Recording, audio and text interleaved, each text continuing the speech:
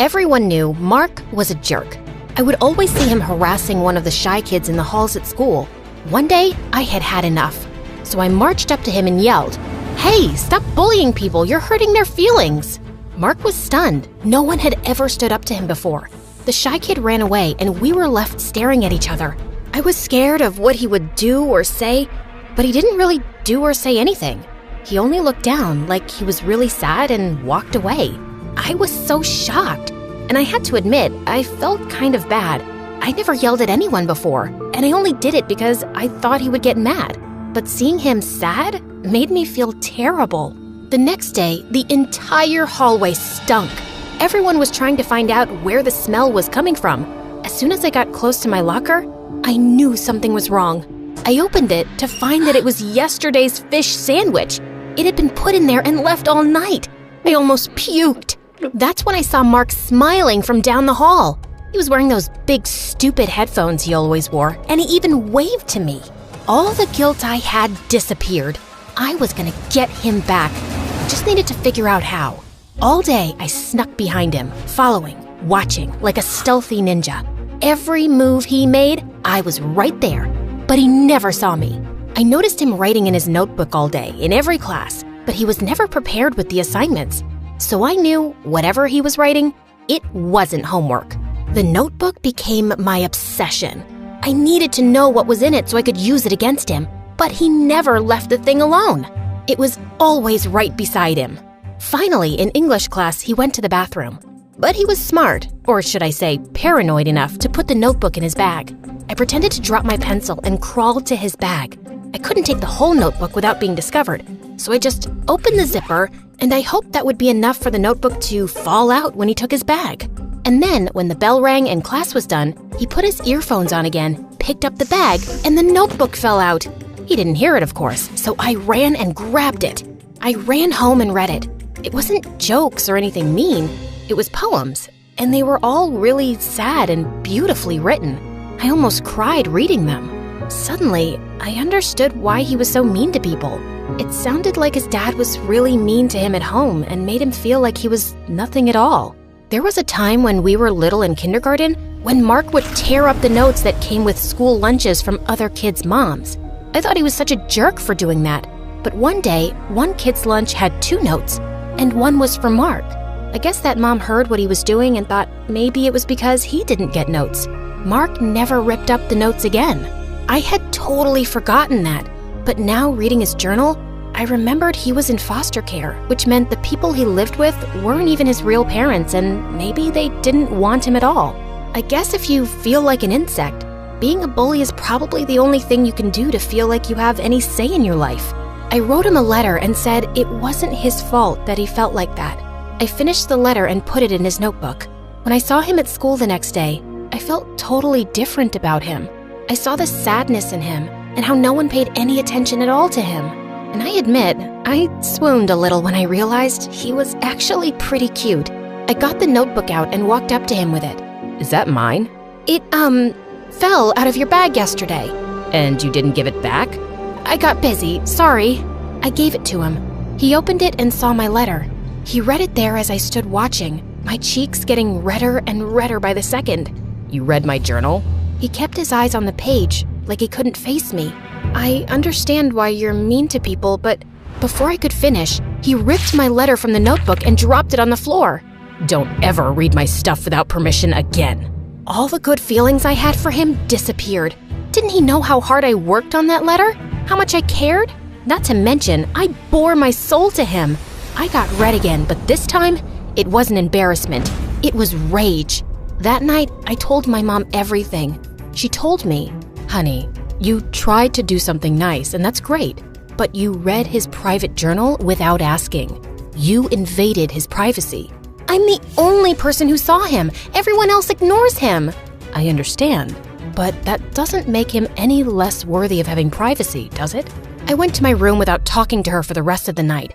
How could she not see what I had done? I put my heart on the line and got rejected. I did the right thing. All I wanted was to help him and let him know I understood. That night, I couldn't sleep. I kept tossing and turning, thinking about how he acted. but also what my mom said and how violated I would feel if someone read my diary. After barely sleeping a wink and finally calming down so I wasn't so angry anymore, I decided she was right. As soon as I got to school, I would apologize to him, and that would be that. I practiced my speech the entire walk to school that morning. Every word I would say, every gesture, I wanted to be understood and let him know that I understood him too. But when I got to school, I was horrified to see that there were printed posters of me all over the halls. They had my school photo and said Maggie is a stalker. Everyone was looking at me. I ran to the bathroom and cried. How could he do that to me? Maybe I was wrong to think he had any good in him at all. I wanted to run away and go home, but we had a big test that day, so I had to sit in class after class while the other kids whispered about me. I sat in all my classes getting angrier and angrier, waiting for my last class when I would finally see him. I couldn't wait to confront that jerk. When I finally saw him, he smirked at me. I stomped right up to him and yelled, "Tell them it was you." It was me. "Tell them it's not true." It is true. You read my journal. I was so frustrated. All I could think of was to scream. Ah! The teacher came up to both of us and gave me detention for yelling in class and gave him detention for pulling the prank. When we were both in detention, I made sure I was looking out the window or at the ceiling. Anywhere as long as we were not looking at each other. And of course, he starts whistling. I had to grind my teeth to keep from yelling again. Then the teacher left to get a coffee and we were left alone. It was so awkward. After a while, he took out his notebook and was reading something inside really intently. I had to admit I was curious about what it was. And then he wrote something and I was so mad at myself for even caring, but I did. I wanted to know what it was. As much as he annoyed me, I really did like his poems. But then I remembered his prank and ignored him. It was so mean. How could he do that? Did you really mean what you wrote in your letter? I couldn't believe he was actually talking to me. Yes, of course, but how do you remember? You threw it away. After I put all the posters up, I went back and found it in the trash. He took out a paper from his journal. It was my letter. No one's ever seen me the way you did. Then the bell rang and detention was finally over. He moved to the door, but before he could leave, I said, "I'm sorry about reading your journal, but I really like your poems." He turned and looked me in the eyes and said, "Can you come to my house tomorrow?" I was shocked and couldn't speak for a minute. Before I realized it, I said, "Yes." He ripped a piece of paper from the journal and gave it to me. It had his address and a note for me. I read it when he left. It said, "To the girl who saw through me. Usually, everyone sees past what I am, or I might become. But when you looked, you saw something more. To them I am glass, cold and cracked. But to you I am water, living and essential. I have never been seen before. It scared me. Thank you. I'm sorry." Again, I swooned. The next day was a Saturday, so I went to his house and heard yelling as soon as I got close. The house was small and the yard kinda dirty. I knocked on the door and Mark came out, holding a guitar. His right eye was bruised. He moved past me, walking toward a path in the woods across the street. "Are you coming?" I followed him all the way down to the shore of a lake I didn't even know was there. He sat down, and I sat down beside him, wondering what he was thinking. "You said you liked my poems." I did. "They're not poems, they're songs." "Oh, can I hear one?" "I've never played for anyone before." "You don't put yourself out there. That's why people don't pay attention." He hesitated, then played the guitar and sang one of the songs. He sang about his fears, his sadness, and about feeling like a monster for having to put people down to make himself feel big. When he was done, he wiped a tear and said he would have to go back or his foster dad would be angry. He left me there by the lake as I watched the sunset over the water. I knew I was falling in love with him. When I got home, my mom told me the one thing that would ruin everything just as it was all getting so good. We were moving across the country. She told me she was sorry, but we had no choice. When I saw him across the lawn at school, he smiled at me. I practically melted, but my smile faded quickly. He knew something was wrong. He came up and walked with me. "Are you okay?" "I have to move." His eyes immediately lost their light. I could tell he was devastated. "What are you thinking?" "It's selfish." "It's okay. Tell me." "You're the only one who sees me." "Maybe that's true right now, but it doesn't have to be. Your songs are beautiful." "I don't know how to talk to people. I don't relate to anyone." "Of course you do. We all have pain. We all get bullied. Even you." He thought about what I said, then a smile crept on his face and he looked right at me. My heart stopped when I saw his eyes. They were bright and full of hope. I never thought about that. Thank you. I can't believe you're moving away. I know. We both looked down, sad for ourselves because of how little time we had together. And then I raised my head and said, "You know what? We're here now, right? So why are we sad? We can be sad when I leave, but today, I want to be happy." You can just decide to be happy? Yep, why not? You're here, I'm here, we have all day to talk and hang out. He thought about what I said, then smiled. He looked at me and asked, "What do you want to do?" Without thinking, I leaned over and kissed him. His cheeks turned bright red. We both laughed. He took me to a boba tea place, then we ate some ramen and even went to karaoke. I had never had so much fun. I was worried it would only last for today, but I put all the worry behind me and enjoyed the moment. That night, we had to say goodbye. It was the hardest thing I ever had to do. He walked me home and kissed me before he left. The last thing he said to me was, "If I never see you again, please know you'll always be with me and all the people I help with my music." I watched him leave, holding on to the moment as long as I could. When it was time, we packed the moving truck and left. Then to my surprise, I saw him. He was on the sidewalk, talking to one of the shy kids he used to pick on.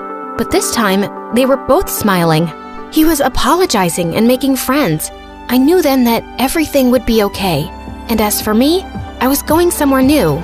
Sure, it was scary and a little sad, but it was also exciting. Who would I meet? What would I do there? I decided to enjoy every day and made a promise that I would make the most of any situation that came up in my life, good or bad.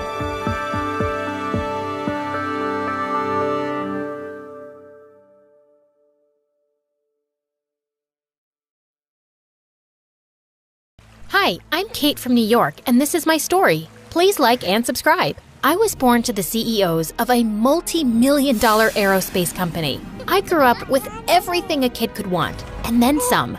But I was practically raised by my nannies since my parents were always busy. They tried to make time for me, but I didn't really have their attention, and I craved it. I think that's why I was in such a hurry to start talking. I was forming my first words when I was only 1, and by the time I was 2, I could speak short sentences. And once I started talking properly, a rocket couldn't have stopped me. How was your first day of school, honey? Oh, it was so good. I felt kind of scared, but then the teacher with the black hair and the green eyes and the big ears came and took me to class. And my classroom was so nice and it's all yellow and there was 20 kids and they're all my friends. That's because I gave them all markers and my first class was about alphabets and it was boring. And then I saw a boy's butt crack and I started laughing at it and the teacher looked mad, but then... Sweetie, that's lovely. Why don't you just eat your food now? I was at the best part, Daddy. Oh, now I have to start again. Okay, so my first day of school... I just had this need to interact with people. I chatted to strangers in the park, at the grocery store, at the cinema. When my friends came over for play dates, I had tried to make them stay as long as I possibly could. But you haven't seen our basement yet. It's really cool and I think it's haunted. And you still haven't met my imaginary friends. Okay, how about I show you my magic tricks? I even talked to people in my sleep. My parents found me exhausting, and soon my teachers started complaining about my disruptive behavior in class. I was tested for ADHD, but there wasn't anything wrong with me. She's very bright and just seeks attention a little more than other kids. It's not uncommon in an only child, and she'll grow out of it. Do you spend quality time with her? Well, we try, but we're very, very busy. The doctor recommended some activities we could do together every day, but of course, my parents couldn't keep up. Then one day when I was 8, my whole life changed. I got home from school to find my parents in the living room with a beautiful older girl who didn't look very happy. Kate, we have some exciting news. Come meet Lola. She's 11 and she's your new sister. She's my sister? But I didn't see your tummy growing, Mom. Where did she come from? Why is she so big? Why is her hair red? What? Honey, she's our employee's daughter and we've adopted her. I'll explain to you later what that means. Why don't you say hello and show her to her room? Lola still hadn't spoken a word, but I talked nonstop as I took her hand and led her away.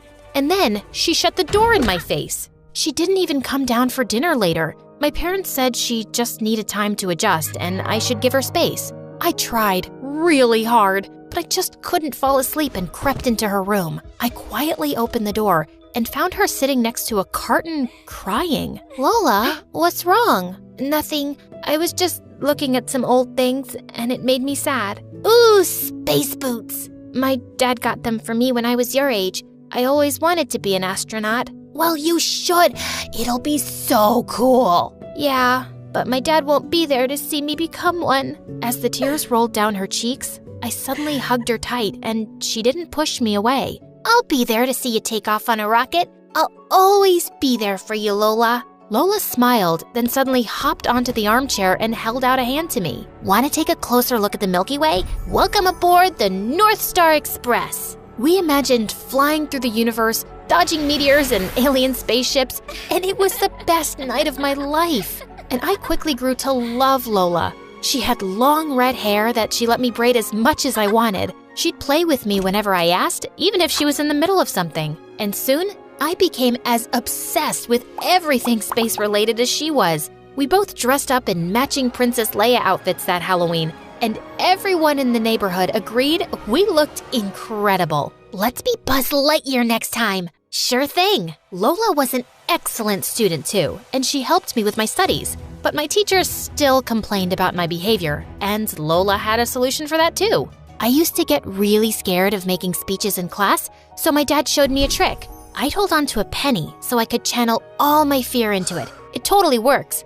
So whenever you feel the urge to talk during lessons, just hold on to this and channel all your energy into it, and save all your stories for me. My parents were so proud of my progress, and they adored Lola. Life seemed perfect. But then Lola started high school, and everything started changing. She cut her beautiful hair short and changed her wardrobe. And when I asked her to do something with me, she always had an excuse. I have a club meeting after school. I'm meeting up with a couple of friends. I have a paper to finish. Sorry. On the weekends, she started interning at my parents' company, and we spent no time together. But the perfect opportunity came on my 13th birthday when my parents gifted me tickets to an amazing space park and even arranged a hotel stay for me and Lola. I'd barely seen her at home lately, so the next day at school, I ran over to her at recess. Hey Lola, guess what we're doing on my birthday? We're going to Space World, and we'll have the whole weekend to ourselves. Woohoo! This weekend? I completely forgot it was your birthday. I'm going to a concert with my friends. What do you mean? It's my birthday. Well, we can do it another weekend. But how could you forget? If you won't come to Space World, then at least take me to the concert with you. No way. No toddlers allowed. Of course I'm not bringing her. We always spend our birthdays together, Lola. What's wrong with you? You've changed so much, and now will you stop being a baby? The universe doesn't revolve around you. I have a life, and it doesn't have to include you all the time. Why can't you make friends of your own? You're being annoying. Lola had never spoken to me that way before, and I ran off before she could see my tears. I hid in the janitor's closet and was crying my eyes out when suddenly I jumped out of my skin. A boy from my class, Jamie, was sitting on a bucket and casually eating his lunch. What are you doing here? I could ask you the same thing. I'm crying, can't you see? I'm eating a sandwich. Can't you see? Do you want one? This is really not a good sandwich. Oh, I know that. And I have to eat 2 every day. My sister never eats her lunch because she hates it, and I don't want to hurt Mom's feelings. But why are you hiding in the closet? Aren't you one of the cool skateboarding kids? Yeah, but I like being alone sometimes. I have 3 older sisters and the youngest one who practically lives in my room. She's so annoying. My house is almost empty and my sister's too busy for me. She's like you, I guess. She finds me annoying now. Yeah, so how about you back off a bit? And dude, your house sounds like heaven. Jamie and I became friends that day, and soon I started inviting him over. We play video games and have arm wrestling matches. He even taught me how to skate. And maybe he was right. I just needed to give Lola some space to fix things between us. Except they got so much worse. Over a few months, Lola changed into this person I no longer recognized. She suddenly ended the internship, saying she didn't want to work at my parents' company anymore. One day, I walked past her room to see that she'd torn down her Neil Armstrong poster and replaced it with Justin Bieber. She was never home for dinner because she was out with her friends, and even her grades began to suffer. Late one night in 9th grade, when my parents were away, I woke up to some sound and spotted Lola outside in the garden kissing a strange boy. I sneaked out to get a closer look, but then they both climbed onto his bike and left. I hopped onto my bicycle and pedaled fast to keep up, and to my surprise, they ended up outside my parents' company and then started putting on ski masks and gloves. We don't have a lot of time. The security guards will be coming by in an hour. I'll get you into the system, and you have to make sure the software is completely wrecked, okay? Are you sure about this? Yes, I'm sure. Okay, just checking. It'll only take me 30 minutes, babe. Hold it. What do you think you're doing, Lola? Kate, did you follow me here? Yeah, and good thing I did. Are you insane? Why are you planning on wrecking our parents' software? Your parents are not my parents, and there are things you won't understand. I'm not a kid anymore, so try me. You wouldn't believe me if I did, but trust me, your parents deserve this. After adopting you and raising you as their own kid, they only adopted me to be your companion. They were too busy to deal with you themselves, so they dumped you on me. That's what I am? A burden you got dumped with? I thought I was your sister, and you've been my everything. I've always looked up to you, and now I don't even know who you are. I didn't ask you to make me your role model, and you're right, you don't know me, and you don't even know your parents. What do you mean? Please, Lola, let's just go home and talk, okay? I'm not letting you into that building anyway. I'll call security myself this minute if you try. Lola looked furious, then took her boyfriend's hand and left with him. Feeling shaken, I was riding back on my bicycle when I missed a speed breaker and went flying. My head hit the ground and everything went black. When I woke up, I was in the hospital with my parents, Lola, and Jamie in the room. Oh, thank God you're finally awake. We still can't believe that you went cycling out alone so late at night. If Lola hadn't found you. I looked over at Lola, sitting with her head hanging, and then she quietly left. I was discharged soon from the hospital, and I knew I just had to talk to Lola soon. But the next morning when I went to her room, she was gone. My parents reported her missing to the police, and they searched high and low, but it seemed like she'd just vanished. Mom, Dad, why do you think she was so mad at you guys? You must have some idea. Sweetheart, we don't know, really. We'll find her, and whatever it is, we'll fix it. But months went by with no news, and I almost gave up hope. I even shut out Jamie, and my grades were falling rapidly. I just wanted to know if my sister was okay. One rainy day, I was walking out of a coffee shop when I spotted a girl with red hair getting onto a bus, and she turned her face just a little. Lola! I started running after the bus, calling her name, but it just kept going faster. Suddenly, I slipped on a puddle and landed on the pavement. I looked up to see the bus getting smaller in the distance, and my heart broke all over again. Just then, someone helped me up. It was Jamie. He pulled me into a hug, and I cried like a baby. The girl on the bus? That wasn't Lola. I got off that same bus, and I saw her too. It wasn't her. Do you think Lola's okay? Yeah, I think so. She's almost a grown-up, Kate. You can't find her because she doesn't want to be found yet. Till then, you can have all 4 of my sisters. I started hanging out with Jamie again, and slowly I started getting better. By the time we graduated high school, we'd started dating. I began my degree in astrophysics because I still wanted to be an astronaut, just like Lola and I had dreamt. My parents asked me to visit them one weekend at their office, and when I entered, I was completely shocked to see Lola inside. She looked thinner, but as beautiful as always. Kate, we were waiting for you to start. Lola is here because she's suing our company. What? Why? Because your parents are responsible for what happened to my dad. What? When I started working as an intern here, I wanted to know more about Dad's accident at work. I looked into his records and realized that he'd been working 80 hours a week. Sometimes he'd work both day and night shifts. I'd hardly see him at home because you guys worked him so hard. You caused his heart attack. Lola, he never mentioned any medical condition in his records, and he requested to work overtime for extra money. It was his choice, but it's way beyond the legal limit, and you should have never allowed it. My parents stepped out of the room with their lawyer while my head was still spinning. When they returned moments later, my dad spoke. We don't want to fight our daughter, and you're right, Lola. We never should have allowed that. We didn't realize the toll it might take on him. We'll pay whatever damages you've demanded, with our deepest apologies. And we can't replace your dad, but you will always have a family to come to if you want it." Lola teared up and left the room wordlessly, and I followed. "No, you don't get to do that again. You're gonna leave without even speaking to me? If only you talked before." I was so angry.